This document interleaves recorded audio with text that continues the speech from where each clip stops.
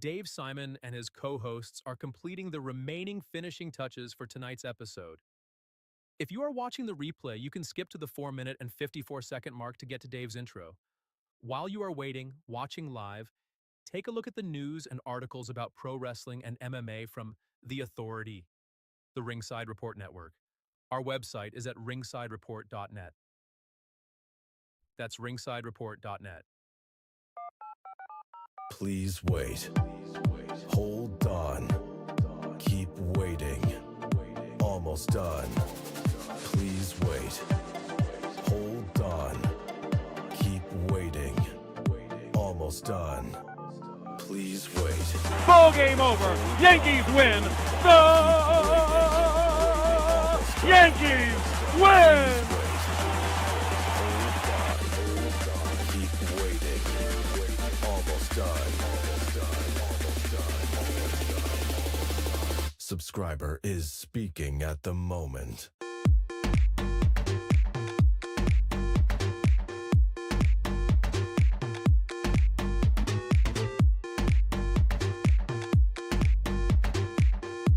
Subscriber is speaking at the moment.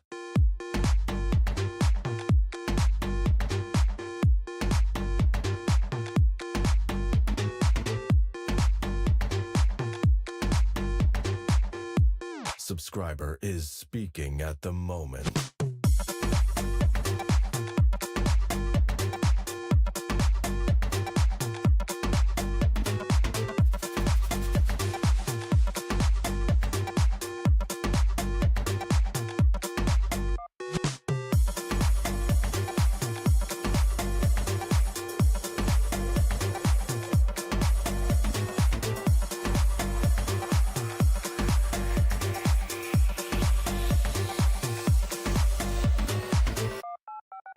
Please wait.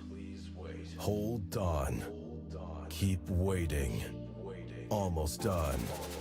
Please wait. Hold on. Keep waiting. Almost done. Please wait. Hold on. Keep waiting. Almost done. Please wait. Hold on. Keep waiting. Almost done. Subscriber is speaking at the moment.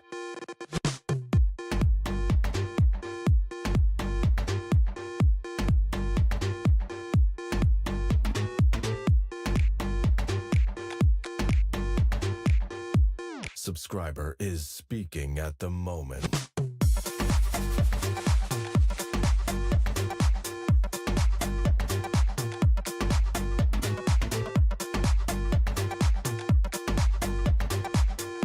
Subscriber is speaking at the moment.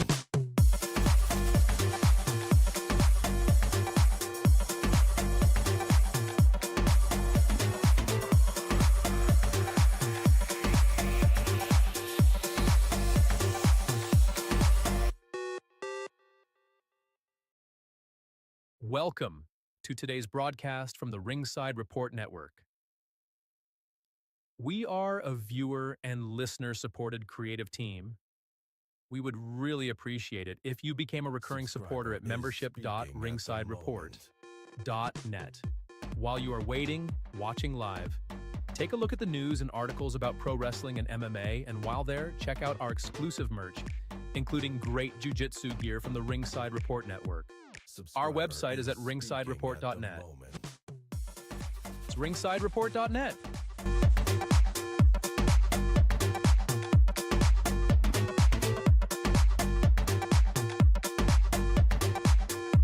Subscriber is speaking at the moment.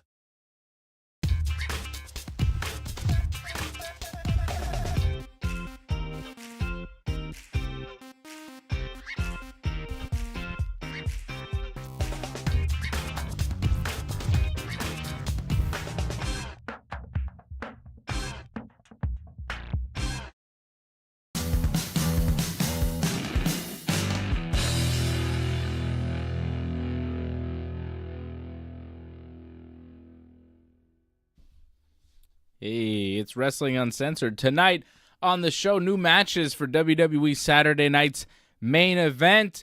AEW Double or Nothing is a week away, and we will pay tribute to the legend of Sabu.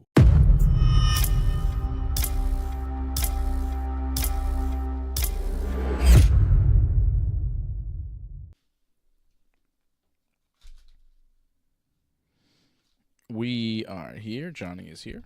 We are live on a Friday night. Welcome to Wrestling Uncensored. Johnny North. What's up, man? How's it all going? Well, not bad. Enjoying this match of it's JC against LA Knight. And if you don't know, JC is Jeff Cobb. He has a new name, I guess, now. Just JC. Yes. He debuted as the new sidekick for Solo Sikoa at Backlash, and now he is on his first episode of SmackDown. I was just going to complain that he's wearing a T-shirt. I'm like, why are you wearing a T-shirt? But he just took the T-shirt off, and hey, it looks jacked. Like, yeah, you don't need to wear a shirt. You're big. Look good.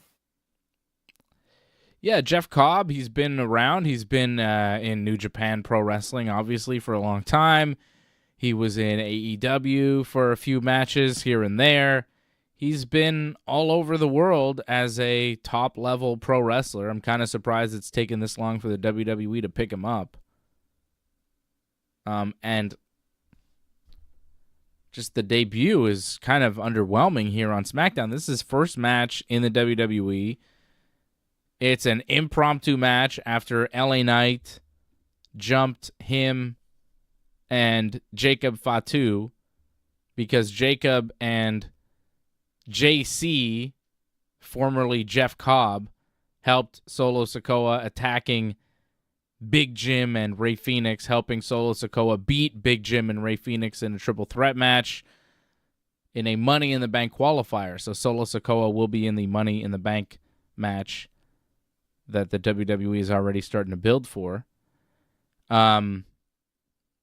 So LA Knight jumps them, and then it's like, oh, Nick Aldis makes a match. Here's Jeff Cobb in your first WWE match, and he's wearing jeans and a T-shirt, looking just like a henchman, just like a goon, just a guy, just a backup for Solo, just like a B-level Jacob Fatu. Doesn't come out looking super impressive, doesn't get an entrance, doesn't even get ring gear. He's in jeans and an undershirt right now. This guy usually wears a singlet. Like wrists are taped at least. Yeah, but this is not a great debut for JC. Also, the name is awful. Why can't he be Jeff Cobb? Why do they, like, they're only referring to him as JC? What is that? That's the old, we got to make our own characters, so they have to give them their own names, and I guess that's what they want to do instead of Jeff Cobb. I guess that was too plain for them, so I guess JC sounded better to them. Oh, he has a last name. Did you see that on the screen? I missed that. It's JC Mateo, Mateo. Oh, wow. I didn't catch that. They just showed that, a graphic on the screen. They have not said, I don't know if it's Mateo or Mateo or how they're pronouncing it, because the whole time they've been referring to him as only JC. But then we just saw a graphic on the screen. I guess they decided, let's give him a last name. And it is JC Mateo. That is Jeff Cobb's new name. He has a new name. I imagine it might just be JC in the end of all this, but we'll wait and see. We've seen them shorten names, right? And it feels like they've already shortened the name before they've really even announced it. So, but wait and see. I find the match so far, like, for his first WWE match, I think it's fine. It's just he hasn't really stood out in this match. It's just very much a basic kind of match. I feel he's working the WWE style very well, though. And I think getting used to wrestling WWE style, he's already there. I don't think there's going to be a problem whatsoever. Not like with Penta and Phoenix has had to deal with. I think he had these matches. The thing is, like you said, first match, he hasn't shown us anything that's really like, wow, you got to check this out. Yeah. And the presentation, like, they didn't do him any favors. I didn't mind the idea of, match out of nowhere. Oh, that's exciting. I wasn't expecting this. That's kind of cool. Mm-hmm.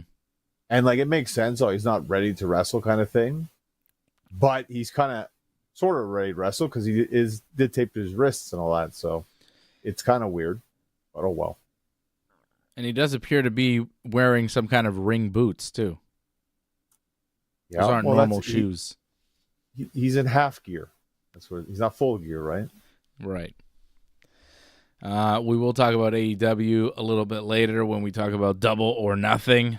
And, of course, MJF. Some big news for him this week, right? So we'll talk about that. Good stuff. Finally Good happened. Stuff. Yeah. SmackDown has been kind of a lackluster show. We have a couple news items out of SmackDown, though, that we can cover. As far as what we've seen so far in the first 2 hours of this program, Alexa Bliss has qualified for Money in the Bank. She is resurfaced. She wants to be friends with Charlotte Flair, too. I'm not sure what that's about.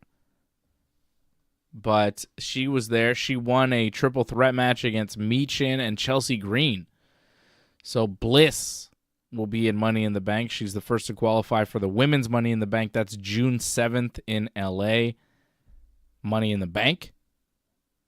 And Solo, like I mentioned, the first man to qualify for the men's Money in the Bank. Bliss backstage with Charlotte saying, like, hey, you helped me in NXT and we should be friends. And Charlotte's like, I don't remember that. I don't know.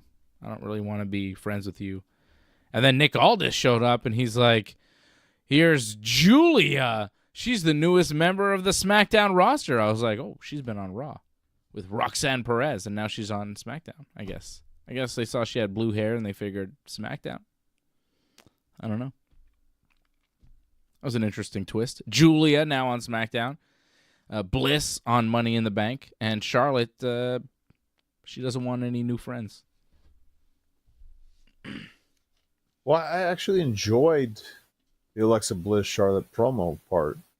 I actually liked the idea that Alexa pretty much put herself over as a babyface, and you actually felt for her a little bit. Like, she felt sympathy, and like Charlotte was kind of like a role model to her early on. And Charlotte, being the jerk that she is, being the heel that she is, kind of blew her off.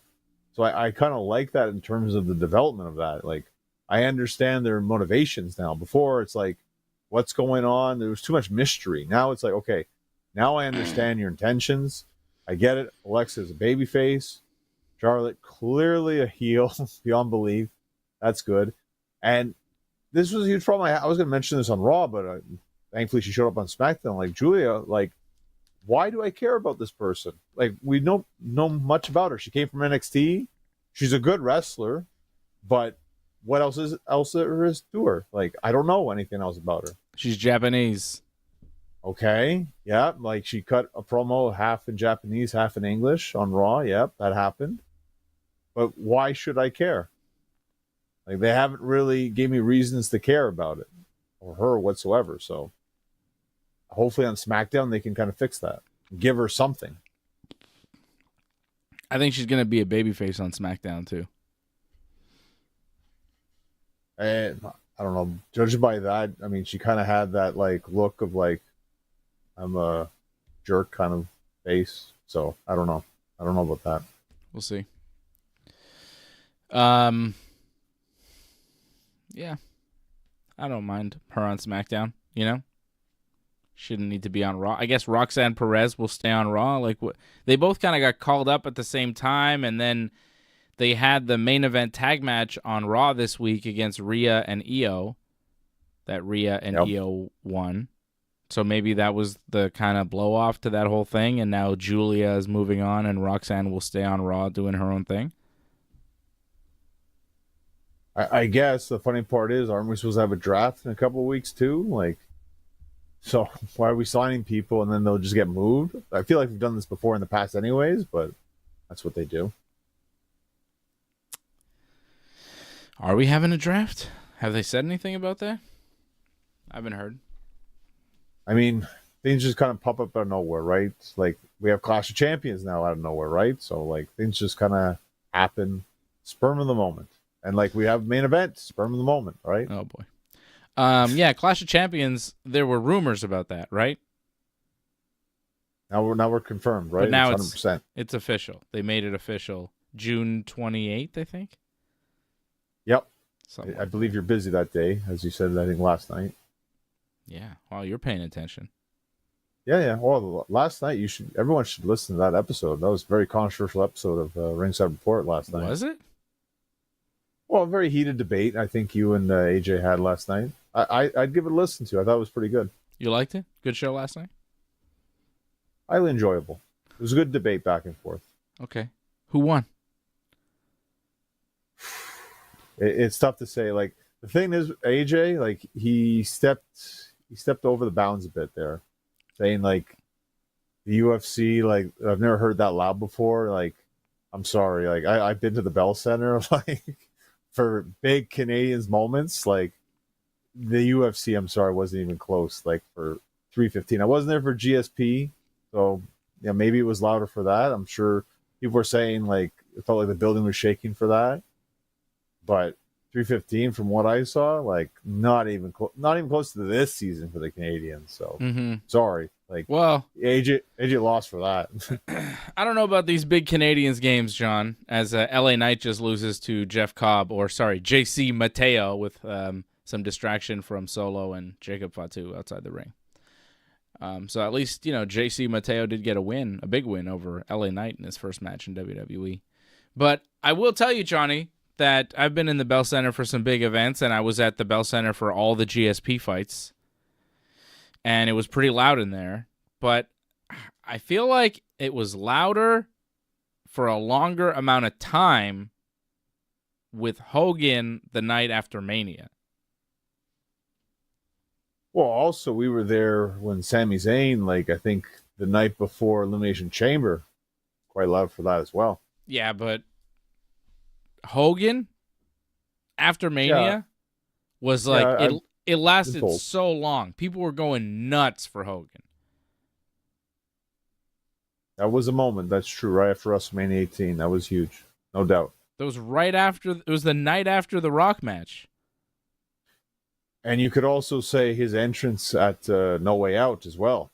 Yeah, they had him against the Rock. Yeah, so I think there's many cases, and I'm surprised too. Like you're telling me WWE didn't like get more than 19,000? I'm surprised they didn't, because I feel like they could have. But maybe I guess because they shortened it for the ring and all that. But yeah, in terms of how loud it is, that's where AJ lost that battle, I think. What do you mean WWE didn't get more than 19,000? Have they never gotten more than 19,000 before? One of their events? Why? Well, UFC got 19,000, but that doesn't mean they didn't set an attendance record or anything. Didn't they say it was like the best for non-hockey or something? Most money. Oh, okay. Yeah, I mean, look, if you charge $1 billion for one ticket and you only have one person in the building, sure, you're going to make the most money ever in the building, but like, did you sell out the place? No. They charged a lot for their tickets. They had like $10,000 tickets. I would hope they made some money charging that for tickets. Some people bought them. Yeah. I imagine WWE will give them a run in August, right? As you've seen with their ticket prices. It's nowhere near.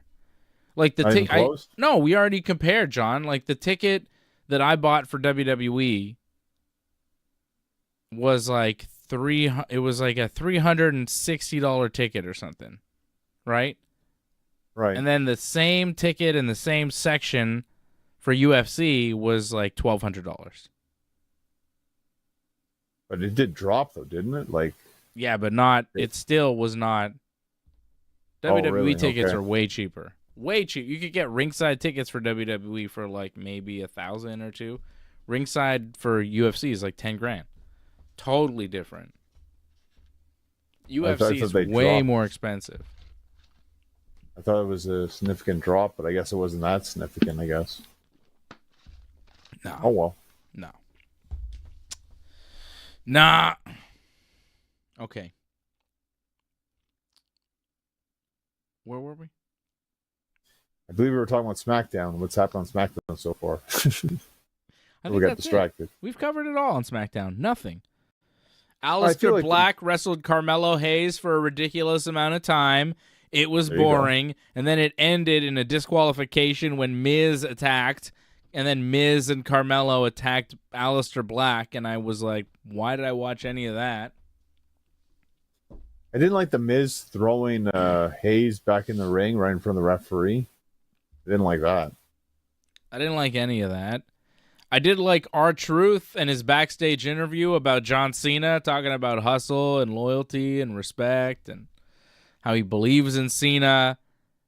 And, you know, he was Let's beat him defending Cena and says, you know, the guy that put me through the table, that wasn't Cena.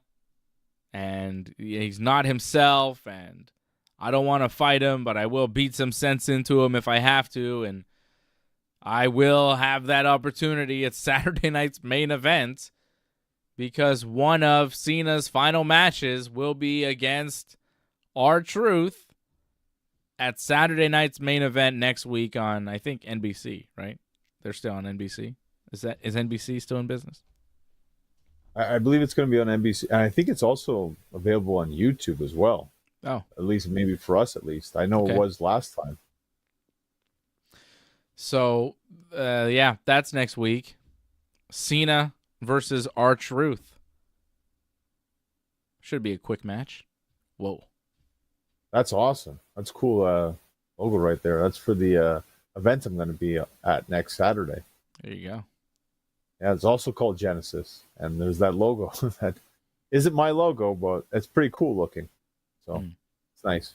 There you go. Cena Truth. It's kind of fun. Truth What's promo was fun all is- right. It was what it was. It was kind of weird how he's defending Cena, and then suddenly, I'm going to face him. Like, okay, that's odd, but I mean, it's R-Truth. I mean, I expect it to be odd. It's non-title. I would love for R-Truth to actually beat Cena, and then maybe get a title shot and then lose. But I think he should win. I think that'd be awesome to see. It is non-title, right? So you want this to continue? Cena has what, like 20 dates left? Like, how many dates is it left? It's got to be like 24, 23 at this point. Yeah, I really don't want to see him wrestle a bunch of the new guys because it's not going to be that good. And I'm not expecting a lot from him and R-Truth, but I think R-Truth can actually get something out of Cena more than other people could. It's not bad. That was added to Saturday night's main event officially tonight. We also saw Damian Priest and Drew McIntyre cut promos on each other, setting up a steel cage match, which could be fun. That'll be at Saturday night's main event. We're finding other reasons now why Tiffany and Nia got bumped to tonight. We thought that would be on Saturday night's main event, but it feels like they're really packing Saturday night's main event with a lot of matches. So yeah, I understand now why we're getting that as tonight as the main event. It is a 4-match card so far. I guess it's a 2-hour show? Yeah, but they're usually long, the matches, no? No, I feel like they're actually kind of like 10 to 15 minutes, but we also have a lot of downtime in between all that stuff that happens. And I think every match gets a nice video package. So expect a lot of nothingness to happen in between matches. I mean, it's a pretty big show, though. I mean, you got Damian Priest, Drew McIntyre, steel cage, John Cena versus R-Truth 1-on-1, CM Punk and Sami Zayn teaming up to face Seth Rollins and Braun Breaker, and Jey Uso defending the world title against Logan Paul. It's big matches. Yeah. To me, it's bigger than Backlash. Yes. I mean, Punk wasn't on Backlash. Punk wasn't there. You had Cena there, and now you're also getting a World Heavyweight title match and a steel cage match. Yeah, Backlash. I don't know about you. Like, Backlash is very skippable compared to this. This is like something's going to happen here, and it's going to mean something going forward. Backlash was not great. No, it wasn't. Sadly, like I expected better, and they did not deliver. Sadly. No. Yeah. Now we're getting Nakamura again. Nakamura promo. What's he doing? Oh, he's talking about Money in the Bank. He's got a Money in the Bank qualifier. Who wins Money in the Bank this year, John? How about that? Well, who's in it first? Because if Charlotte's in it, well, I like Charlotte in the women's side. Men's, again, like I'd like to see who's in it. Like if Punk's in it, I love Punk in that. But again, you got to give me names first before I start giving selections here. It's hard to tell. So you'd like to see Punk win? Like if you had to pick a winner? Punk? Yeah, I pick Punk, yeah, for sure. I think he'd be the best one. Nakamura, Aleister Black, LA Knight, triple threat qualifying match next week on SmackDown. I don't see any of those guys winning. I mean, one of them obviously is going to win, but I don't see one of them winning Money in the Bank. Ooh, Charlotte Flair, Julia, and Zelina Vega triple threat next week qualifying match Money in the Bank. Ooh, Julia and Charlotte and Zelina. I think Charlotte with the figure 8 on Zelina to advance. I think that's what's going to happen. And then she wins Money in the Bank. Charlotte wins again. Has she ever won Money in the Bank? I don't think so. Makes sense. Yeah. Yeah.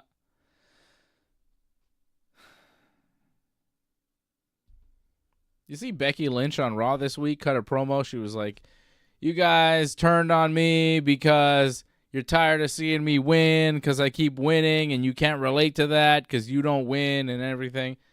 And I was like, this is kind of what Charlotte Flair is doing. You do a better Becky impression than that. That was kind of a weak I'm Becky not doing impression. the whole thing. I'm not doing the accent.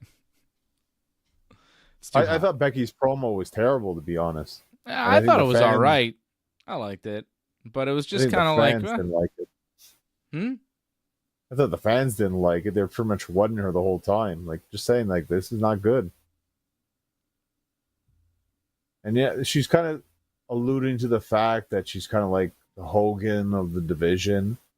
But I feel like Charlotte's more the Hogan of the division, so it's not completely accurate about that. She's trying too hard, I think, the way that came across. I think that was the problem. I feel she's trying way too hard to be the bad villain in this one, where it's like, people didn't really like it, I think, in the end. I didn't like it. I kind of did. I thought it was good. Well, you like Hogan, so I get it. Of course. I thought Becky was, I thought it was a good promo. I like that stuff where she was talking about how, she made Lyra relevant, and it's true. That's exactly it, Ryan. She's trying too hard. Ryan Cat saying Becky was trying to force the fans to boo her. Maybe. I mean, she is a heel. That is kind of what the idea of the promo would be. It's too much, though. All right. Fine. I liked it, John, okay? I like Becky. It's okay to like her. I mean, she's a good talent. I feel like she's very small, though, now. Like, she's not very intimidating.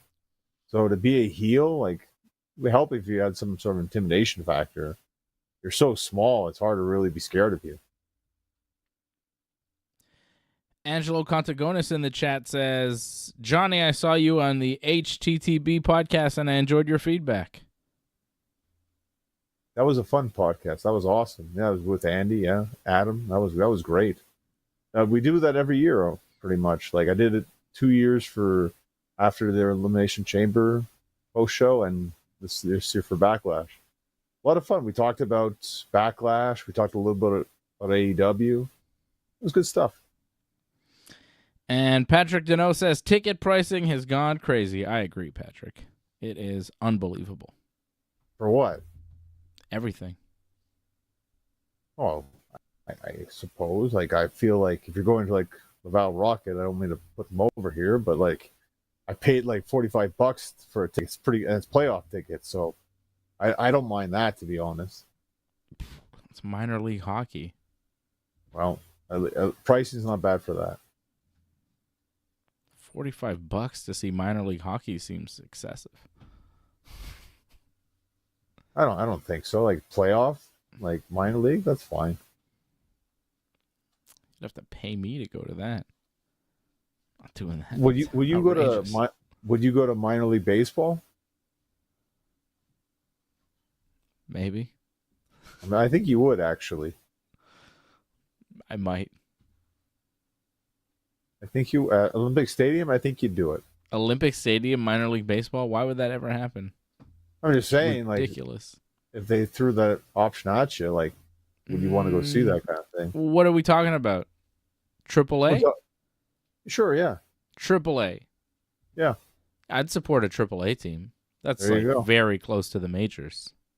Exactly. I'd take that. Well, it's about where I'm at here. Like, I would take a AAA team at this point. I'd love a major league team back. That'd be nice. But a AAA team is as close. But it's not going to happen. So what are we talking about? We're not even going to get that. I think that's even out of the realm of possibility. God, always I dream. love baseball. It sucks that people don't love baseball as much as I do. People don't seem to like it that much. I really like it. I was watching baseball today. The Yankees won. It was great. They beat the Mets. Juan Soto did nothing. It was beautiful. Go Yankees. You know, what hurts the Yankees is seeing all the disrespectful fans towards Soto. Like that. Ball always game over. really Yankees win. The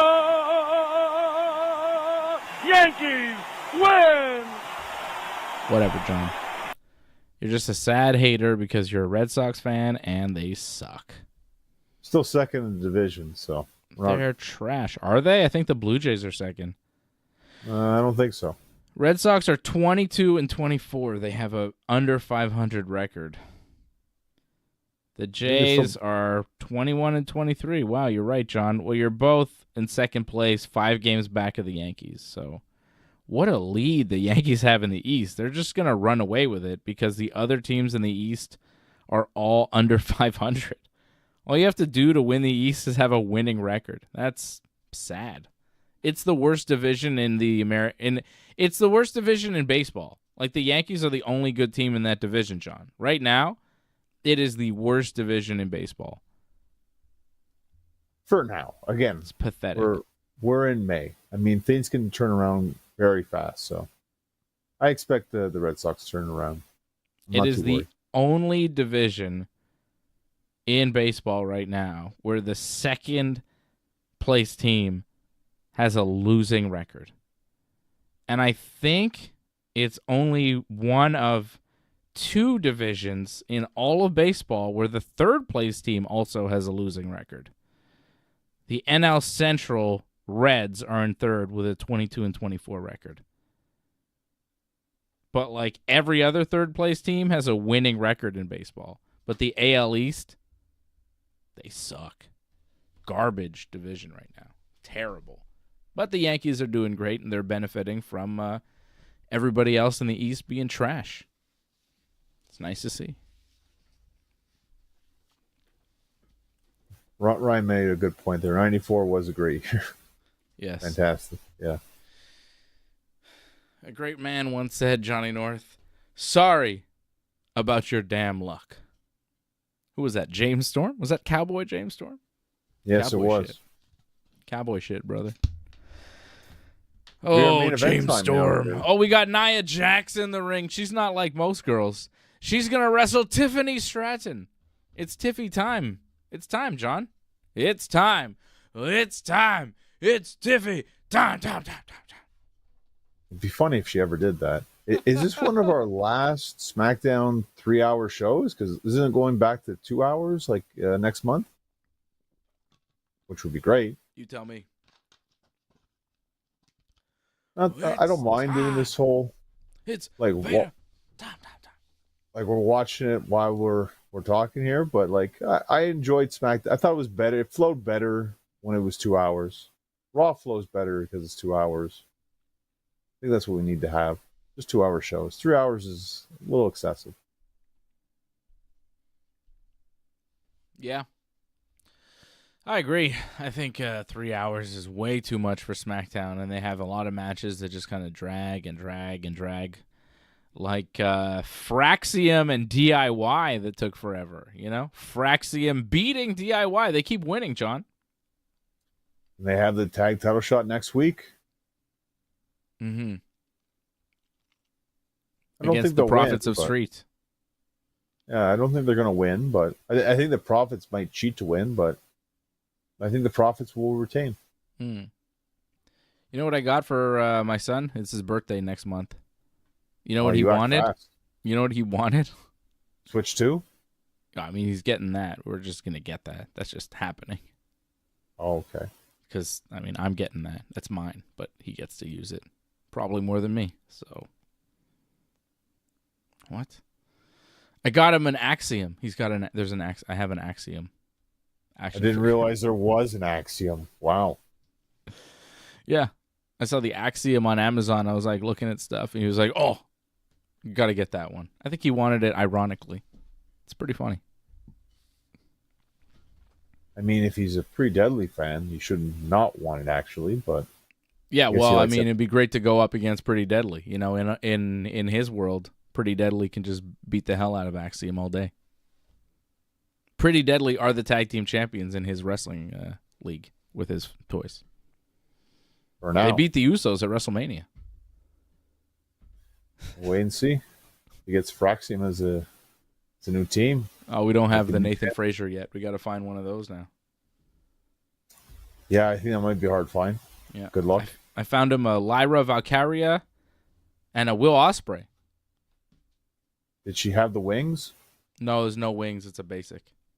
Oh, okay. Yeah, unfortunately. Axiom I mean, it's action important. figures. Who knew? Details are important with toys. Yeah. Oh yeah. We just got an ultimate final boss. Very cool. He's got like a jacket that says final boss on the back. Very nice. He comes with the People's Championship. Amazing. It's very nice. Very detailed. It's incredible the amount of toys they have. Yeah, And it's we'll keep really nice. having. The details. Yeah, well that's it. Every little outfit, every little, accessory Yeah. change can be a new toy that they make, and people will buy it. I will buy it. Yeah, you will have it. Like, Someone will loves it. have it. Probably me. I've seen the Um, buckets of toys he has. People, it's legit. Yeah, my son has a massive collection, and I have some. And then he comes and he raids my collection, and then he has more. It's usually how it goes. What's behind him right now is just a small sample, very Yeah. small sample. Yeah. But he's got his eye on a few of these things back here, so eventually things will disappear, and then other things will replace them, Circle of life. The circle of life. So Nia and Tiffy right now wrestling in the main event of SmackDown. WWE running TV this week with two women's main events for their show. They had Rhea and Io against Julia and Roxanne Perez. Roxanne Perez? No. Right? Yeah. Yeah. No, you had it right. Yeah. Okay. I was like, that's not her name. No, it is her name. And now we got Nia and Tiffy main event of SmackDown. So that's something. It's good. It's fine. Well, It feels like it doesn't feel like a big deal, Like it used to be, if that would happen in a week, people would go, "Wow, look at WWE." But now it's like, "Oh yeah, I didn't even notice." Maybe it's them trying to push like the women's division because they might have a pay-per-view in July or PLE in July. So it's them trying to get more attention on the division, I guess. Ah, you see a big picture here, John. Interesting. Nia just ran Tiffy's head into the corner with her butt right in the head. And Tiffy took a bump out of the ring. I think she's gonna. Yeah, I'm about to see that right now, actually. Oh, I didn't know you were Yeah. behind me on your stream there,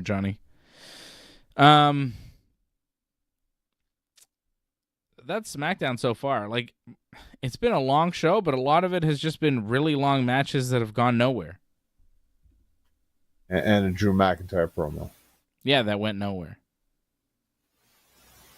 That's been SmackDown so far. Yeah. And Raw this week was AJ and Finn. Hey. AJ beat Finn. That was kind of fun. We've seen better. It was okay. I thought the best part of Raw was Punk. Like the beginning, I think, of the show. That promo was pretty good, I thought. Yeah. I guess. Saying, you know, it was his fault that, you know, he should have seen it coming. Heyman's turned his back on him before. Yep. Should have never trusted him. Hit him in the head with a ladder. And I was like, oh, yeah, I remember that. I was at that one. You were? Yes. Yeah. I was like, I remember seeing that, being like, oh, no. Why? And then it didn't turn out really good. It was to, like, push Curtis Axel as a Paul Heyman guy instead. It was like, what? It failed miserably. They should have never done that, but anyways. Then they tried to have Cesaro with Heyman. You remember all that? Like when they have Ryback with Heyman? I don't know. They tried all sorts of stuff with Heyman, and none of it worked. Until Brock came back. You know? Some things work. I'm still questioning this whole thing with Heyman and Seth, but they're trying. They're trying to make this work, I guess. I mean, at least this week, Seth got some heel heat because it helped having Punk around. Mm-hmm. Yeah, they were cheering more for for Punk than Seth when Seth came out for that promo.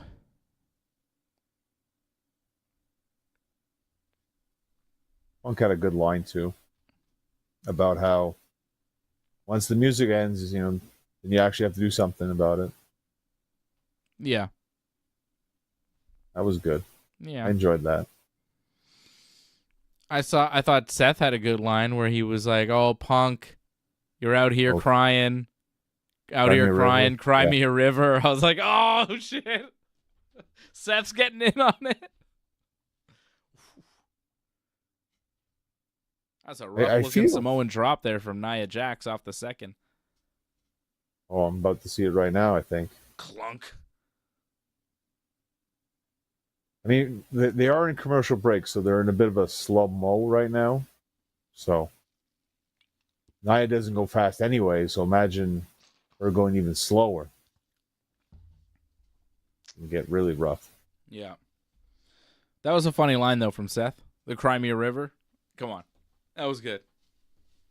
I just feel like they got to move on from, like, as much as people say AEW needs to move on, WWE needs to move on too. Like, yeah, Punk needs to move. Punk won't give it up, so Seth is getting in on the fun because why not? You know? I mean, it has been years now. Like, we really should move past this at this point. Like, I don't think it's that big of a deal anymore, but Punk, you know, he won't give it up. It's been so long. Yeah, I know. Bitterness. I know. Bitter. Yeah. Well, at least Punk and Sami Zayn are no longer enemies, I guess. For now. Their interaction backstage didn't really fill me with confidence that they're going to remain a tag team. Yeah. Interesting though, you know, Braun and Seth attacking Punk, and then Sammy and Jey Uso coming out, and it's three guys, and then just Seth and Braun, and you go, is there gonna be a third man? People keep talking about it. Is there gonna be a third man? It feels like there should be. Well, I mean, it is a tag match. It's not a 6-man tag, right? So, yeah. For now. I think maybe if they do like a third man, you should kind of do it how it was, where you have a 6-man and it's a mystery man. to show up at the event. Money in the Bank would be nice. That'd be kind of cool if they did it like that. Could the third man just be, Logan Paul? I mean, it's nothing great. I mean, sure, it could be, but you like it to be a bit of a surprise. Someone you haven't really seen in a while. Someone that's like, ooh, that's kind of shocking. But I can see options being limited and being like, well, it's Hey, just gonna be Dave and Logan Johnny, Paul. Oh, no, if I am not being this honest, again. I was the first one in the why entire did world they say No. Logan to Paul? say Game that over. Logan Yankees Paul win. is something special. Mark my words. Yankees win. Trying to drown him out with Yankees victory. I apologize. I probably shouldn't have said it Yeah. so much. Well, you talk about a shock and a controversy as a third man, a mystery man. Ooh, stiff powerbomb. Jeez, Naya. I don't know if there's anything that would be more controversial and shocking than Brock Lesnar. And he would fit. Him and Braun Breaker together with Seth and Heyman, like, man.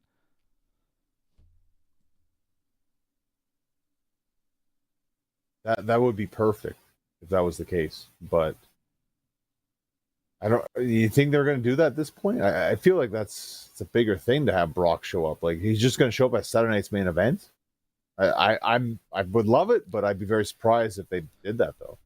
Well, I'm not saying that they have a third man necessarily show up at Saturday night's main event, but just, maybe Brock is the third man at some point in this group. When they need a third man, absolutely, I think they kind of need it, to be honest. Like, I don't know about you. I feel it's kind of stagnant right now, what's going on pretty much throughout WWE. You need something that really shock the whole WWE foundation, and that's what it would do. And I'm guessing something bad's about to happen because you're reacting to something that just happened, I guess, that I haven't seen yet. Have you seen? Are they on the second rope yet?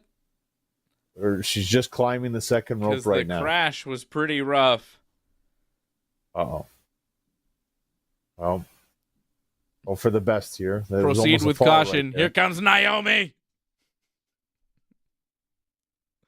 And she's got a chair. Do you see the bump, John? Gonna pick her up for a slam. Go. Okay. Well, it wasn't as bad as he made it out to be. It was pretty rough. Naomi is here during Nia the title match. She got a chair. She looks very angry. Here comes Jade Cargill. Did they air the music early? I feel For like Naomi? they cued the music. Yeah, I think they cued the music too early. Jade Cargill stops Naomi. Oh, sends Naomi into the fans. And they're gone. Okay. Match continues. Obviously, Brock Lesnar would be like the coolest option. Him and Braun Breaker would be a cool team together with Seth there as their leader would be amazing. Heyman, of course, a tie-in works. But, the allegations and the Vince stuff, can Brock actually come back? Is that acceptable? At this point in America, it feels like anything is acceptable, so maybe? Would wrestling fans be willing to go, yeah, all right, this is cool? I'm not sure. I don't even know how I feel about it, because I'm like, I mean, if what exactly fans... happened? What's true? What's not? I don't know. Oof. Hold on a minute, player. Super chat. Hold on a minute, player. Super chat. Wow.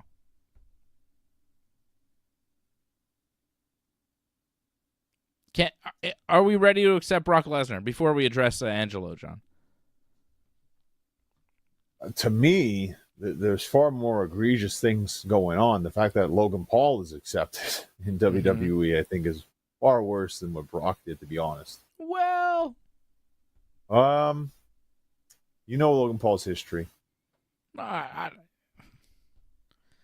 mean, Brock. Hey, Dave and Johnny, If not I am again. being honest, I'm so I was the sorry. first No, one in the entire world you did it to again. say that Can we not have Logan this Paul is guy? something special. Fucking Mark up my my show. I words. hate this guy. Can I don't even You have know to where make it a note was. to production. Yeah, that's enough of this guy. Oh fuck. Oh, I'm just at the table right now, which didn't break. No, that was a rough bonsai drop that Nia just did on her. But it was only a 2 count because Tiffany grabbed the bottom rope. Oh, I just saw Crummy Simone drop. Dang. That's bonsai, isn't it? Hold on a minute, player. Wait a minute. Like, she kicks out of the bonsai? Is that the first one to ever kick out of the bonsai? Brock is alleged to have been involved with trafficking of a woman with Vince McMahon. Like, that's some pretty bad stuff. Ooh. I don't know exactly what Logan... What? I just saw the bonsai. Oh. I thought you... Ooh, Nia grabbed the chair, but Nia grabbed the belt. Oh, holy shit. Nia's busted open like crazy. Oh, my God. So she didn't kick out of the bonsai. She grabbed the rope. Just for clarification. Watch the chair shot. Okay? I'm waiting for her. She's going to get the belt. So Nia grabs the belt Yeah. to go leave. The referee takes the belt away, goes to put the belt back. Nia grabs a chair. Tiffy kicks the chair into Nia's face, and it explodes Nia's face with so much blood. And then Tiffy hits the moonsault for the win. Tiffy wins. Nia is a bloody mess. The velocity of that kick. Oh there my was no holding back. God. That was like a Van Daminator on that kick. Wow. What a kick. Oh. That was a 100% RVD kick right there. I'm rewinding to see this kick again, brother. That was crazy. Pow! Oh, jeez. We need more of that in WWE. So much blood. She was bleeding profusely immediately. What a finish. I'm sure. Take that, Nia Jax. It's the end of the chair, right? And her face is, and you saw the velocity. Bam! Like right in, I'm sure it probably broke her nose like instantly when that happened. And like cut her head open probably as well. Yeah. They faded to black very quickly afterwards, by the way. I don't know. Show was over. Show's over, folks. Over. Yeah, go home. Nia's out of the ring, gone. Doctor with a towel right away. Like, exactly, yeah. Wow. Well, that was quite the ending to SmackDown. I give him that. Like, that main event delivered there. That main event delivered. Wow. That shit was crazy. Oh, my God. What a night. What a night. What a finish. And, like, if it happens to anybody else, you go, come on, Tiffy. But it happened to Nia, and you go, she probably deserved it. Well, Nia's it may have been a receipt. If not for Tiffany, maybe for somebody else. So Nia brags about hurting people. Wow. Well, that was wow. That was very enjoyable. they delivered there. Got to give them that. God. I'll Not on say purpose. This. Well, yeah, but sometimes it's some of the best things. Some of the best things that can happen, like spur of the moment. So that was one of the best finishes in SmackDown history. That's very difficult to say. Actually, there's been some great. Sorry, she kicked her in the face with a chair with a Van Daminator. Chair explodes Nia's face. Moonsault 1, 2, 3. Tremendous. Defends the title. Tremendous finish. I mean, you do one kick to the face, and then your opponent comes out bloody the hard way. Then and it's on the finish, and then you hit your finisher because that's what you're supposed to do. And like, couldn't have ended more perfectly. I mean, it's good, but I mean, SmackDown history. I mean, we've had TLCs, not just TLC this year, but TLCs in the past on SmackDown. Like, I mean, there's been it's many great matches. one of the best finishes you'll ever see on SmackDown. I would say this, probably for women's wrestling, it may be the best. I'd probably say that. Best accidental finish too. Yeah. Tremendous. Yeah. Well, again, sometimes some of the best moments are accidental. Yeah. Whoa. So much blood, brother, on Nia Jax. Crimson Mask. Angelo Contagonis dropping a super chat. Angelo in the chat over at join.ringsidereport.net. Jason Pete as well. Angelo says, did you hear my chants at the wrestling show last week, Johnny? He was chanting for you. Did you hear him? Well, I don't believe Angelo was the one who said, grab his dick. I'm sure it was somebody else that said that. I imagine Angelo probably heard that. When you hear that, you go, oh, okay, and then get a good handful? I don't know why someone was doing that, but someone was doing that like almost throughout the whole night for whatever reason, you know. Maybe he wanted to see somebody grab penis. What do you mean? Possibly. Seems obvious to me. I believe someone asked for like a titty twister too as well, if I'm not mistaken. That's fun. Not in my match, but I have heard that was done throughout the show. So, but no, Angela, I didn't hear that. I heard other things that were more vulgar. But what was your chant? I'd like to know. All right.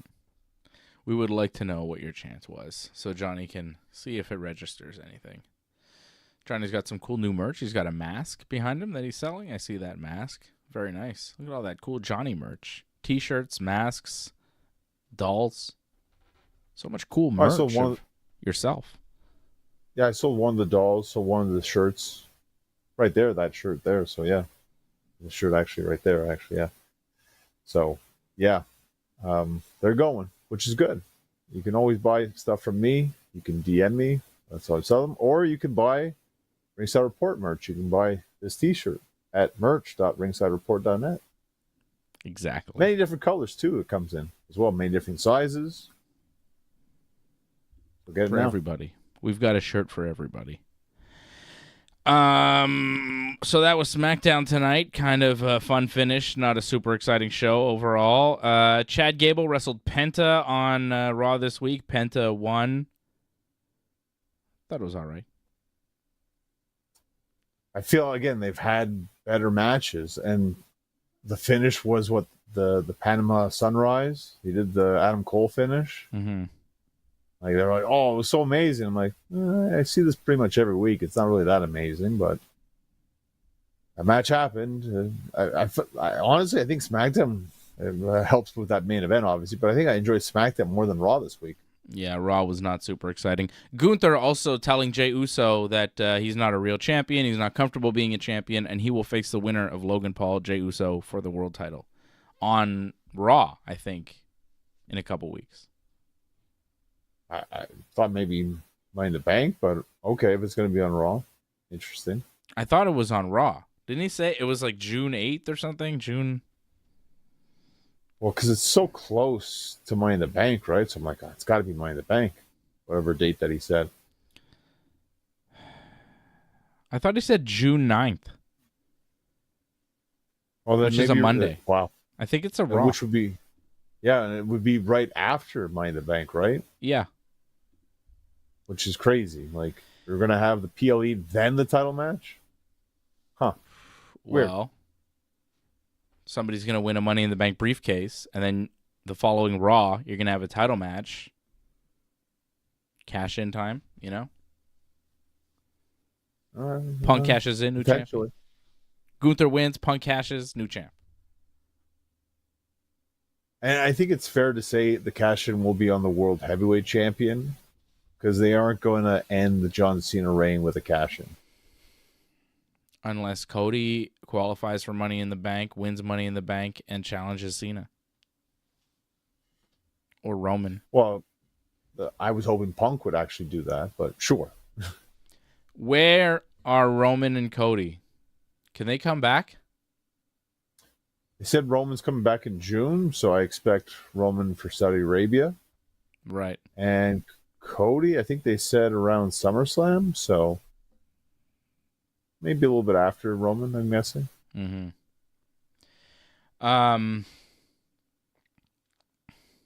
Punk's not going to Saudi Arabia. There was a promo video with him on it, and then there was a new promo video with him not on it because he's not going. Good for him. People really shouldn't be surprised by this. Like, why does he want to go there? It's just, we've said this many times in the past. It's pretty much just a glorified live event, house show, pretty much. You don't really need to go there. And, like, why spend days away from your family if you don't have to? I'm sure he doesn't have to. So he's not going to do it. And I don't think it hurts his position whatsoever in the company. He also referred to it as blood money in the past, so I don't think he's willing to go. He has some morals that he sticks up for. So, yeah, I nothing but respect for that. Mm-hmm. Yep. And that's basically what's going on in WWE. Next week, we'll preview WWE Saturday night's main event. That'll happen, right? And we'll preview Double or Nothing because that's also next weekend. I mean, that's the big thing really next week, right? Because that's a pay-per-view. Where Sunday night's main event, it's a big show, but it's a big show. I mean, again, we said it's bigger than Backlash. But Double or Nothing, I mean, that's the big AEW anniversary show, and pay-per-view anniversary show. It's the first ever pay-per-view. And you're excited about Double or Nothing. You're hyped for this one. You were talking to me before the show. You were saying that they really set it up nicely. I think they've set up a few things pretty well. Hangman and Ospreay is a match that I'm very excited about. The winner gets a world title shot at All In. The winner is probably the next AEW World Champion. And I'm not sure who wins. But you know me. Team Hangman all day. I want the Hanger to win. Got the Hangman shirt right now. Hanger. But I love Ospreay too. So I'm not mad either way. I think they're both two of the best pro wrestlers in the world. And I agree with Will Ospreay when he says there's nobody in the WWE that can touch him. He's not wrong. There's great wrestlers in the WWE, but in the ring, they're not quite as good as Will Ospreay. Well, I think got to kind of clarify what he said on a week-to-week basis, I think is what he said. Because there's a lot of great wrestlers in WWE. He doesn't deny that whatsoever. He just said on a week-to-week basis. And I can agree on the sense that watching television, because this was a big thing that I noticed, was that you have the stars. We had Punk, we had Seth, but they were just there. Where in AEW, if you get them, like an Ospreay, Hangman, they're more than likely wrestling on the show. And that's it. Yes. You'll see the stars usually wrestle, if not on Dynamite, on Collision. Where in WWE, you kind of have to wait long periods of time to finally see the top guys wrestle. So in that sense, I understand Ospreay because he actually wrestles where the other guys don't wrestle that much. Yes. And his matches are very good. And his big matches on pay-per-views are incredible. I mean, the cage match, it really stands out right now. There's undeniable, that match with him and Fletcher. I mean, it's potentially match of the year right now. Yeah. He's on another level. And I saw people disagreeing and mad at Ospreay and this and that. It's like, oh, well, AEW, they don't have as many fans. There's not as many people in the arenas. It's like, yeah. He didn't say that he draws more money than these guys. He doesn't. He's just said, technically, he is better. His matches are better. Critically, they are better received. He has the best matches. He is the best wrestler, if not the best, one of the best wrestlers going today. So I don't disagree when Ospreay says these things, and I like that he says these things. I like that he defends AEW. I like that he says this is where the best wrestle. I like that he is a company guy because you have to fly the flag. You have to say why you're different than the biggest company in the world. You are the competing brand, and you do have to stand up for yourself. And I like that he does that. I like that he's vocal. I like that he's proud of AEW. And I agree with him in a lot of respects. I think AEW, and I think you would agree, John, that their matches in the ring, it's a far better product. They are not as limited as the WWE, right? WWE has more limits put on them that you can obviously see. But as far as, when we watch wrestling, I think we enjoy the AEW wrestling more than the WWE. Well, I think, again, I watched this week. It's a prime example of what WWE, they're limited in terms of the wrestling because they're very story-driven. And I thought AJ versus Finn Balor was a fine example of that this week. Where I'm like, this has been better in the past. I know they can do better, but because they're writing this whole story and there had to be an interference with Penta, they have to slowly build up to it. And they have a certain amount of time that they have to fill up. So they're doing that. But they pretty much have to build towards that story or eventually there'll be interference. And they're pretty much very focused on that, is getting those one or two shots that they have to get. Focus on that, instant replay, and then pretty much just reaction, lead to the next thing, take your time. Where AEW, it's pretty much they'll throw everything at you, boom, boom, boom, boom, boom. That's what we pretty much saw to start the show. And that's a pretty good way to start the show. Any show, really, wrestling show. You just want to see action thrown at your face. And they definitely delivered that. But again, like AEW, they can do that because they just focus more on the wrestling. WWE, it's more story-driven. It's different, right? Two different shows. That's why when Ospreay says he has the better wrestling matches, it's like, yeah, well, that's what AEW does. They're a wrestling company. WWE does sports entertainment. It's a different thing. I find a huge thing, too. I mean, you just look at the times. Like, even if WWE does a long match, not a lot's happening in those long matches because a lot of it's commercial break driven. I think that AJ and Finn had 2 commercial breaks, if I'm not mistaken.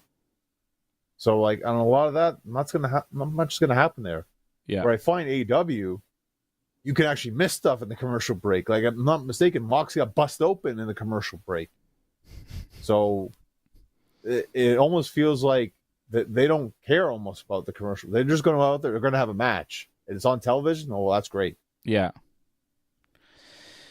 Yeah, WWE, when they go to commercial break, like we watch it on Netflix here in Canada, right? Yeah. And it's a TV show in the States, so they go to commercial on the USA Network. And you could tell that the wrestlers know when they're in commercial break because they do nothing. We're watching them wrestle during their commercial. People in the States don't get to see it. They're doing nothing.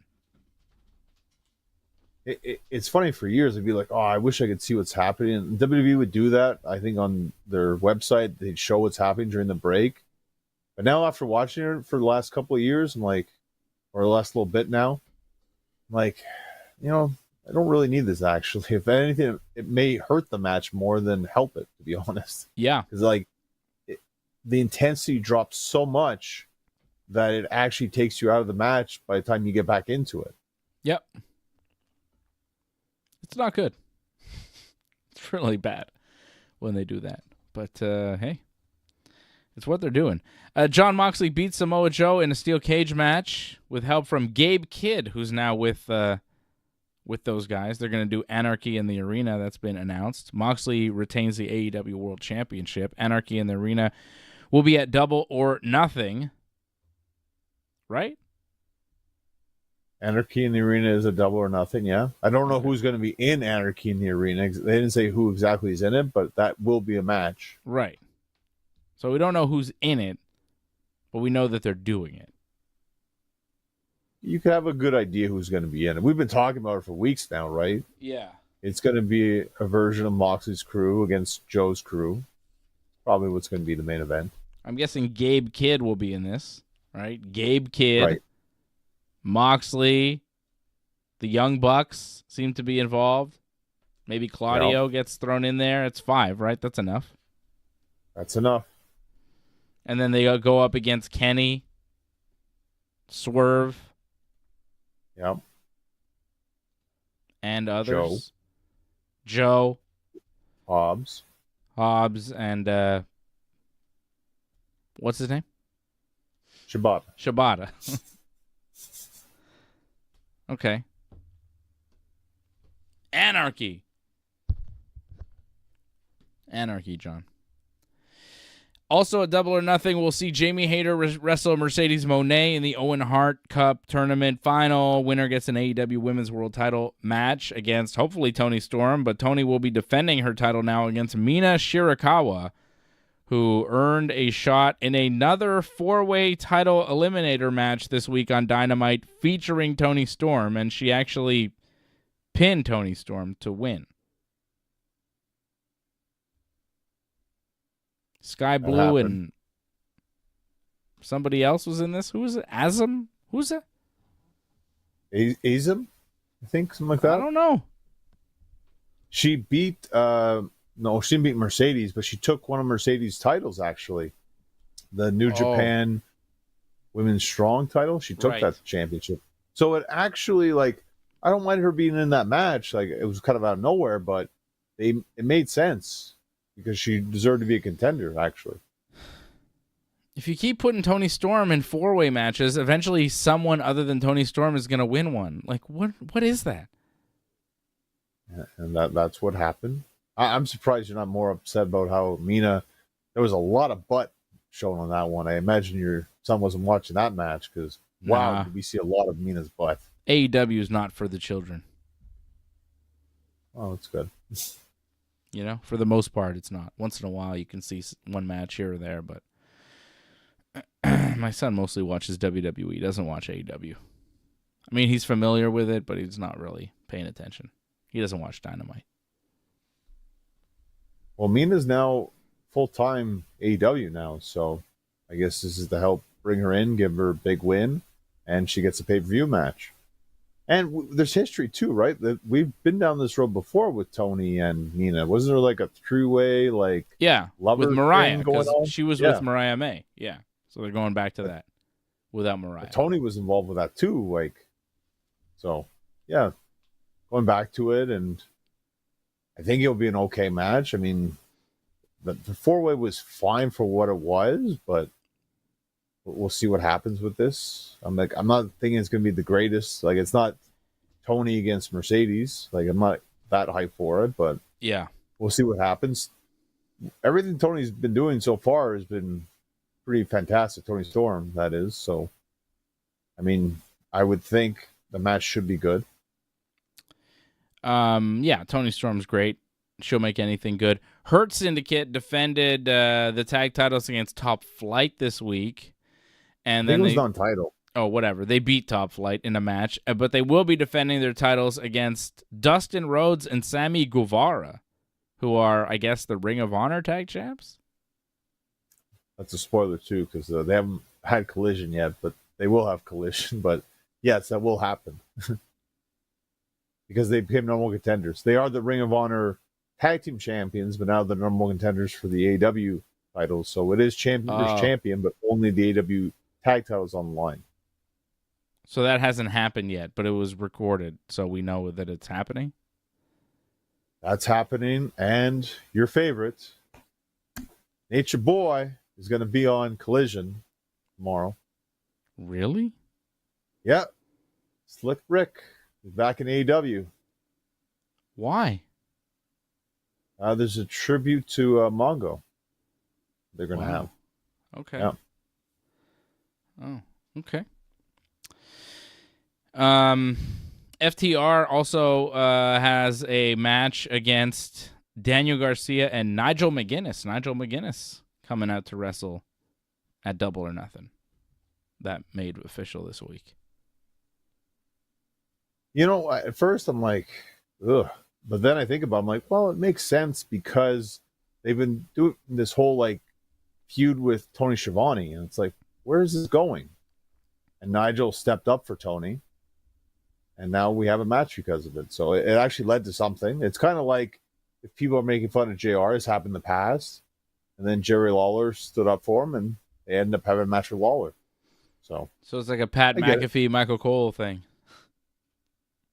Wow. I talked about this with the hitting the turnbuckle guys. Like, I thought that match was one of the worst things I've seen this year, easily. I thought it was a pathetic attempt by WWE to make us believe for 1 second that McAfee should be competitive with Gunther. And it's funny because one of the guys was like, it's funny, his name was also David. He was like, oh, I actually really like that match. And everyone was like, wow, I can't believe you're saying that. Yeah, I know. Exactly. It was horrible. But I think he liked the idea of what they were trying to do. And like, I agree, the idea is fine if that was like Jerry Lawler doing it, like someone you could believe in. And like, okay, he'd fight whenever he tries his best, but he's also like an experienced wrestler, so you believe it. McAfee, not so much whatsoever, yet they tried. And I didn't even get into this, but the fact that McAfee's offense looked like garbage, and he made Gunther's offense look like garbage because he's not very good at selling at all, it was just bad. Like I said, like someone should be fired for that match because it was pathetic. But they're all patting each other on the back about it. Because some people actually like the match.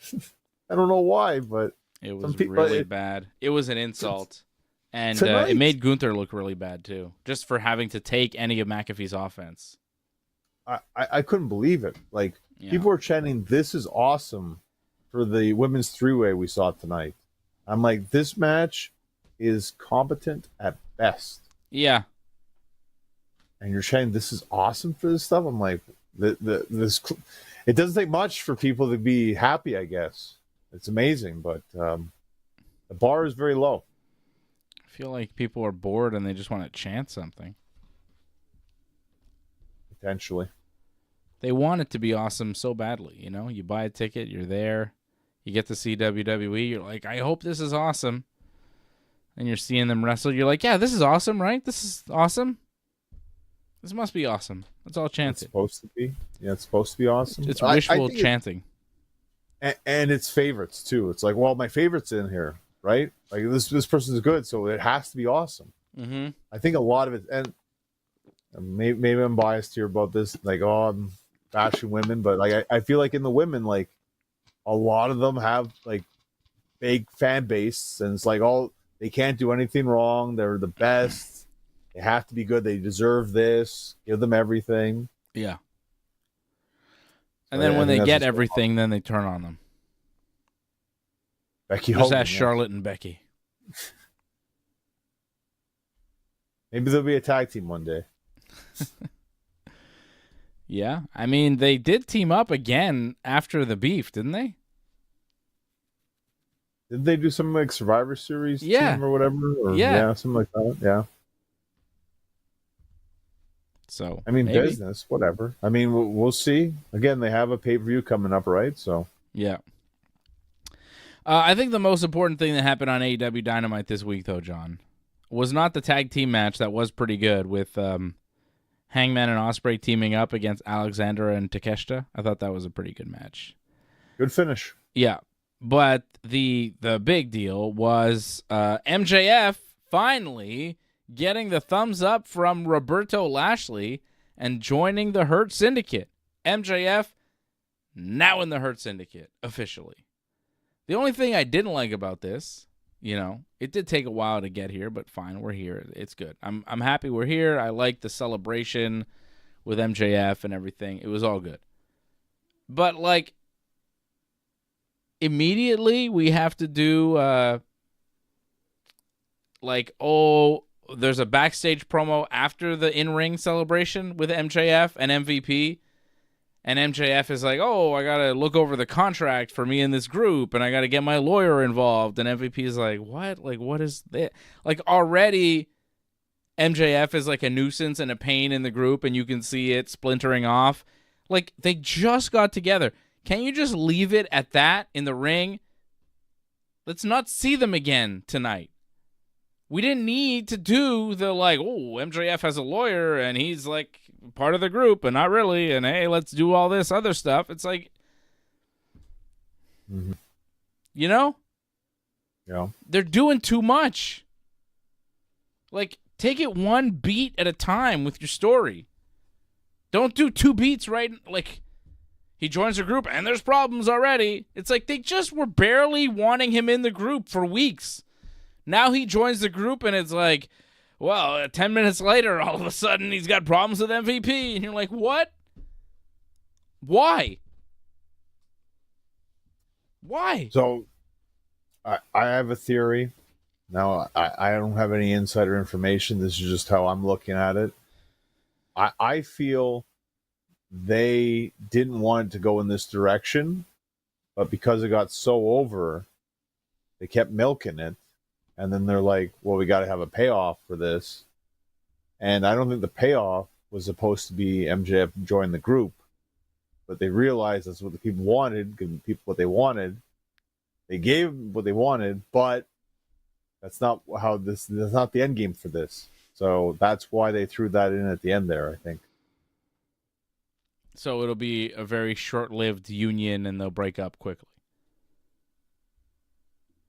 Well, I mean, they might actually drag out the breakup, right? Because they have to have that tag match first, right? Maybe MJF kind of screws things up at the pay-per-view. I could see something like that go down.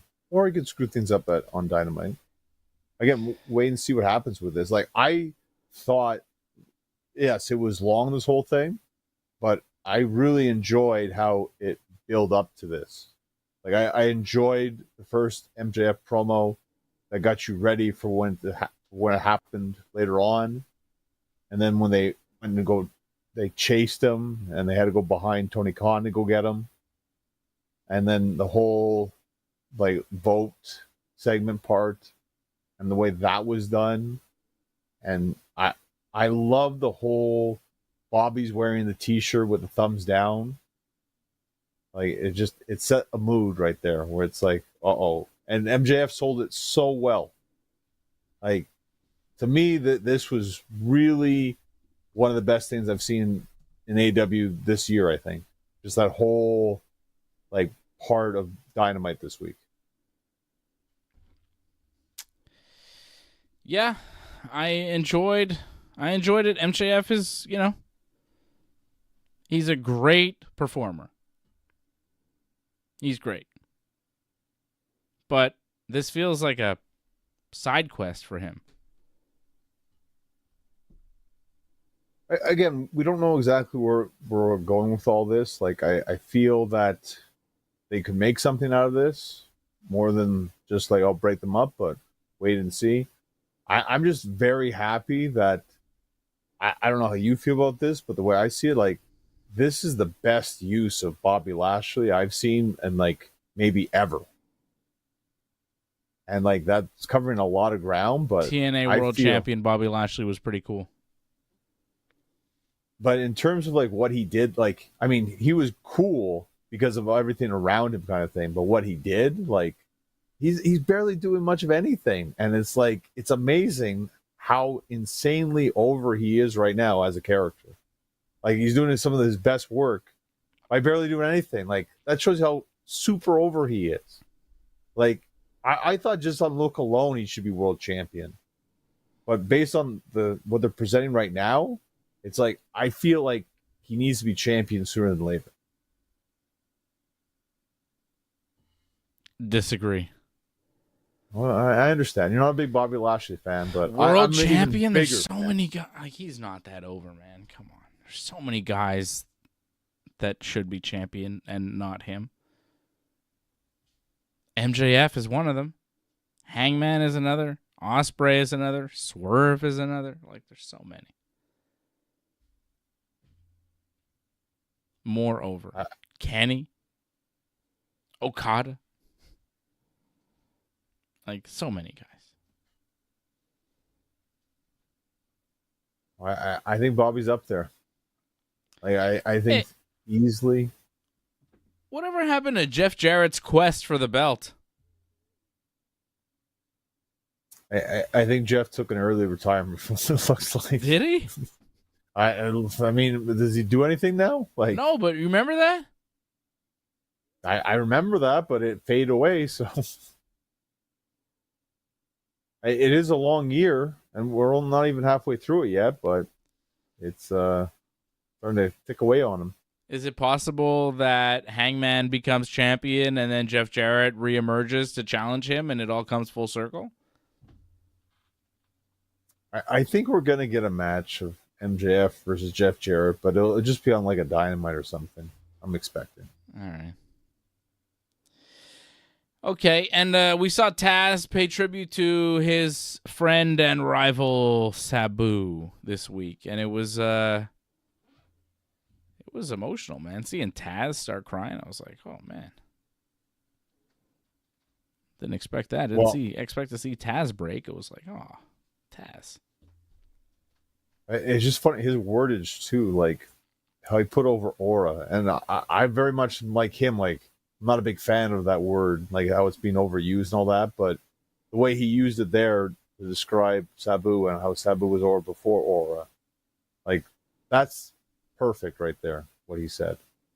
And when you think about like big feuds like in the 90s, like, you know, you think Austin Rock and you think Hogan and Sting, like in ECW, it was Sabu and Taz.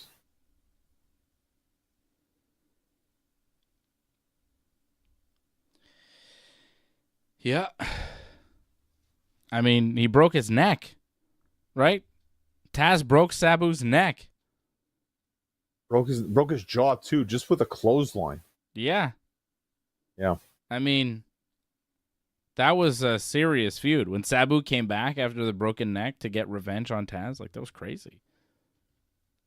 Well, what's even crazier, I remember, like, this is early, like, I want to say 94, 95, something like that. Like, when Sabu was, like, the ECW TV champion, he didn't want to lose to a guy, but he's like, I hate this guy so much, I'd rather lose to Taz. And you know how much I don't like Taz. He told Paul E that. So it's just amazing, like, the ups and downs Sabu and Taz have had back and forth. I think Sabu also beat Taz for the FTW title. He was the only guy to do that, to beat Taz for his own title. And then they end up having a match again on a pay-per-view. They made money off that. I mean, their feud for a while, that was a big part of ECW and what it was. Yeah, Taz and Sabu, I mean, that feud was legendary, and Sabu was one of the main characters in ECW. Without Sabu, ECW isn't what it became.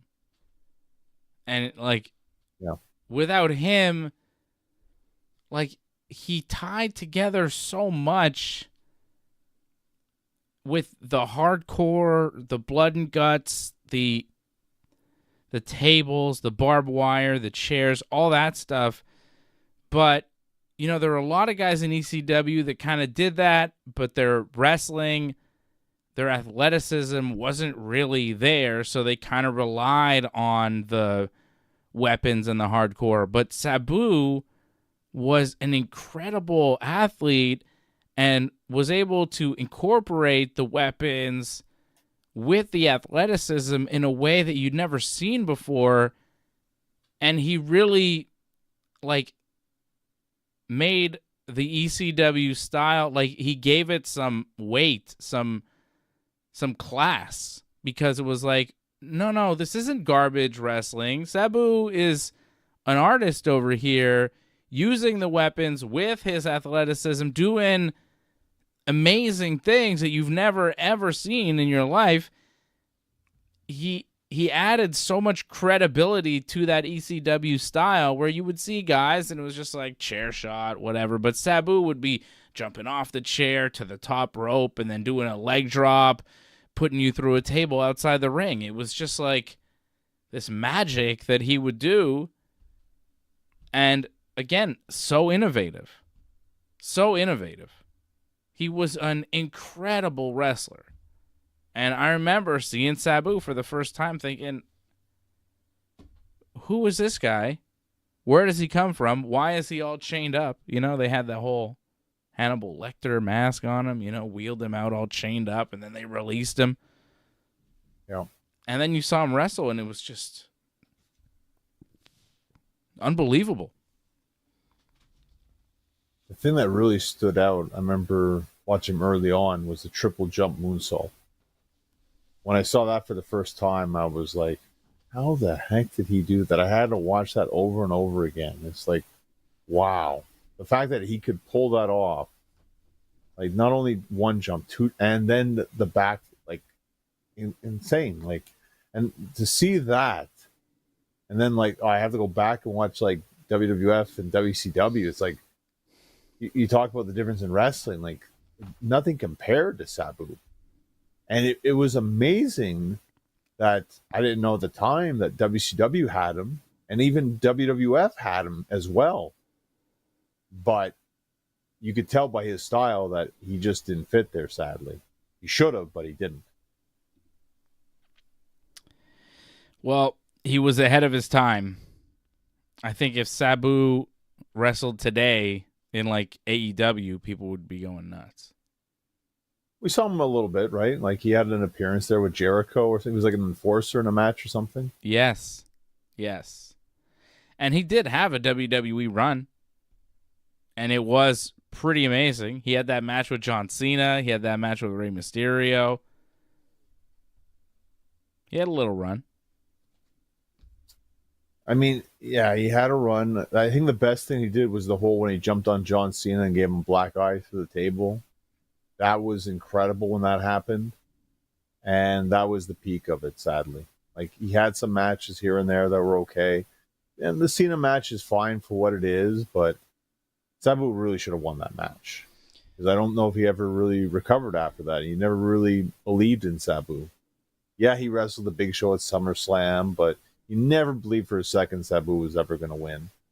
And yeah, he had a couple cool matches teaming with RVD against RVD, but he was just kind of there, sadly. They never really got serious behind Sabu because they never really were serious in ECW.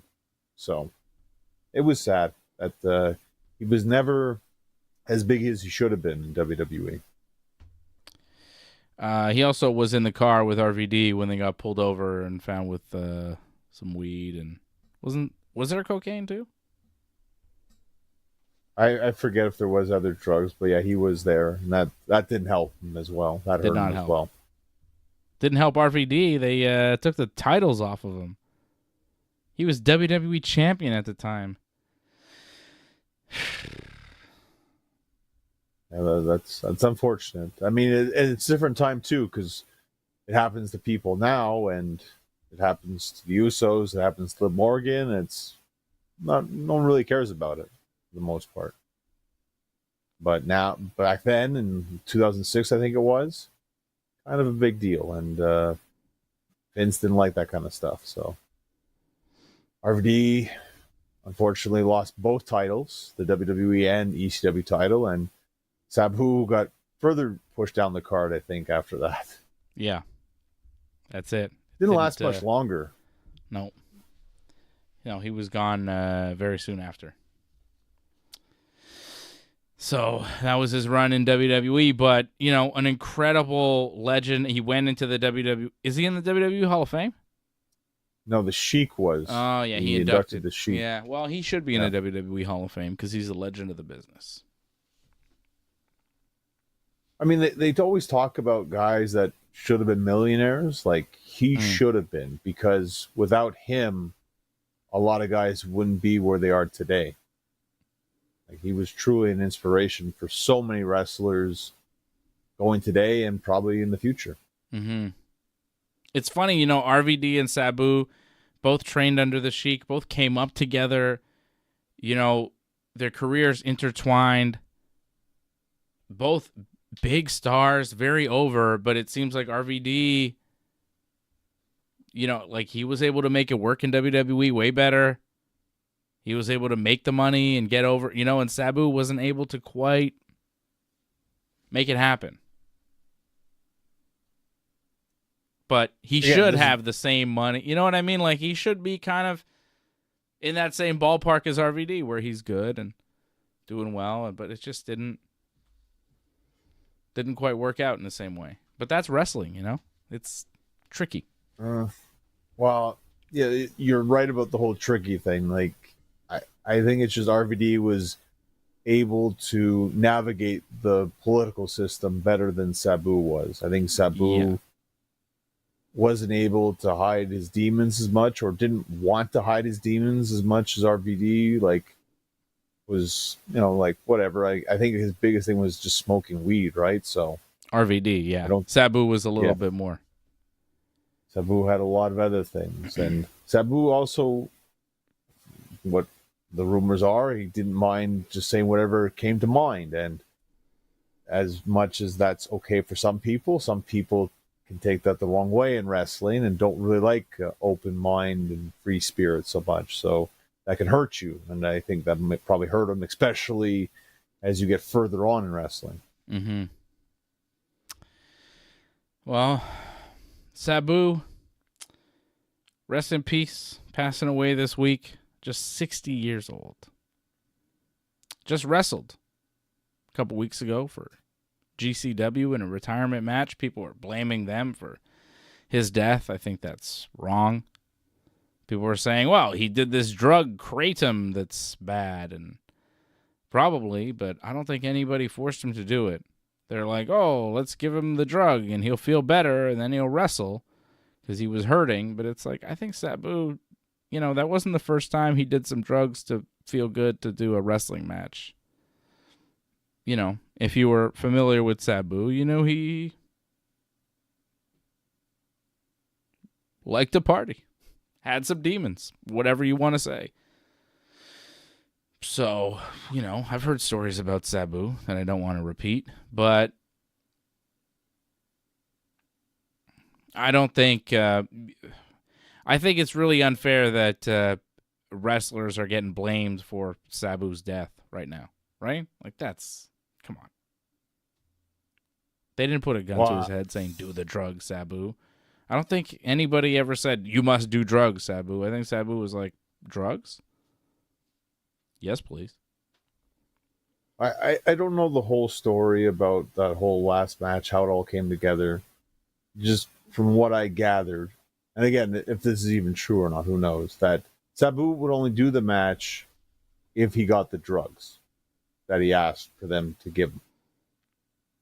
Cool. Now, again, that's a fault on Sabu, but I also feel fault should be also on the promotion for supplying him with that and realizing he's only going to do the match if he had the drugs. Well, it's legal. Maybe the drugs are legal.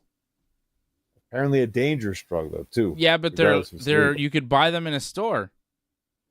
Okay, but still, he's 60 years old. So? I think what he wants. He's a performer. It's what he wants. I mean, rock stars ask for liquor and stuff, whatever. They're tour riders. Why not Sabu asking for some stuff? I want, 10 bags of chips. I want some Slim Jims. I want some Coke. And I want some, not Coke, but Coca-Cola. And I want some, legal weed or whatever. Why can't he ask for that? I'll take some of that kratom, whatever that is. I've never heard of this until Sabu died. And people are like, it's because of this. But, I don't know. It seems legal. It seems very dangerous. Seems like it may have been a contributing factor in his death. But, who knows what else he was doing, man? This is Sabu we're talking about. Well, again, we don't know the whole details, right? They don't know the cause of death even yet right now, right, at this point. Yeah. So it's hard to say. But, again, if he can't actually walk or do anything without this drug, I'd be a little concerned about this. I would feel, I don't think he's fit to wrestle at all, especially a death match, of all things. I don't know if a lot was put into his care, thinking about maybe it's not best for him to do this again at 60 years old. It's funny, all this happens, on the same week that the Dark Side of the Ring on his uncle, the Sheik, comes out. And the Sheik, very similar, wrestling way too long to the point where it got very dangerous, where he was in a fire match in Japan and almost burned alive in a ring. Yeah, I remember watching that match on tape back in the day and being like, this is one of the craziest things I've ever seen. And I find it very chilling that RVD, clearly he didn't plan this, but RVD says on Dark Side episode that the Sheik wouldn't have mind dying in the ring. Mm-hmm. And then what happens to Sabu not too long after? Sabu didn't die in the ring, but didn't die too long after having a match. It's kind of chilling that that aired. Yeah. And Sabu, of course, interviewed on the episode about his uncle. Weird that it all comes out this week. Strange timing.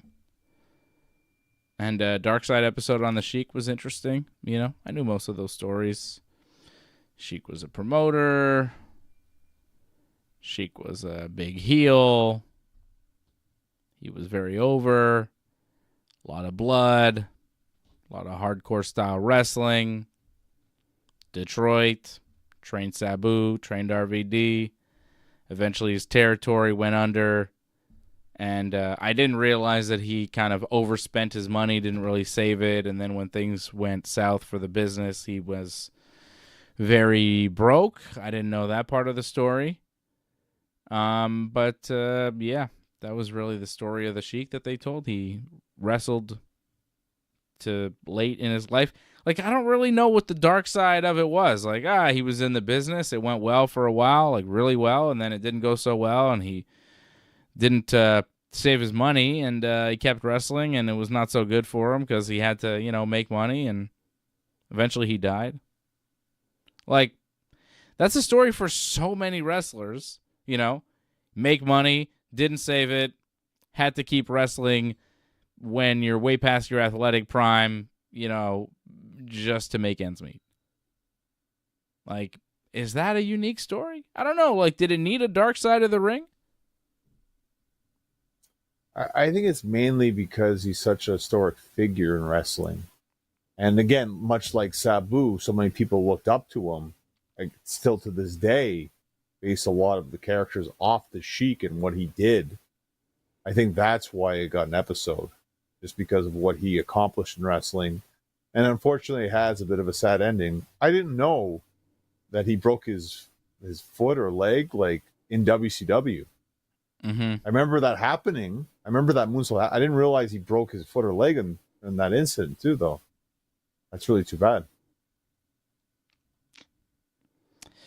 Yeah. These things happen, though. I don't know. It just didn't seem like, of all the episodes, next week we're going to see the Daphne episode. That'll be sad and dark. This one of, the dark sides did not seem that dark of an episode. There have been far darker dark sides of the ring. Well, we just came off one of the darkest episodes ever. So, yeah. I think you got to kind of calm it down a little bit because not everything can be a grisly, crazy kind of episode. I think this was more of a normal dark side. And nothing actually wrong with that because it's going to be probably very sad next week. Yeah, it'll be rough. Johnny. The Yankees win, the Red Sox lose, everything is right in the world. The Red Sox didn't play today. They lose. They lose all the time. They lost yesterday. They're going to have their new Green Monster jerseys, I believe, this weekend. They are nice. I think they're great. Yeah. They look good. Ooh, Dodgers are losing right now, 4-1 to the Angels in the 6th. Give me that. Give me that. The Rockies are losing again. Cares? Oh, my God. What? Do you really care? It's not in your league. It's in the National League. I want to see the Dodgers lose as many games as possible. I root against them. I don't know. Wow. Yeah. Amazing. Sorry. Bitterness. Yeah. Eddie. It's not over. It's not. They talk shit, too, in the offseason. Fuck the Dodgers. It's on. Rockies are losing again. Rockies have a 7-36 record. They saw the White Sox last year as the worst team ever, and they're like, watch this. Watch what we can do. We're going to be the worst team in the history of baseball. 7 wins, 36 losses. How the fuck? They are the worst team in baseball by far. Colorado Rockies. Sucks to be them. Losing again tonight. No shit. Well, I think we're going to need a nice update or a review of what happens July 1st when you go to see the Blue Jays play the Yankees in Toronto. Can't wait.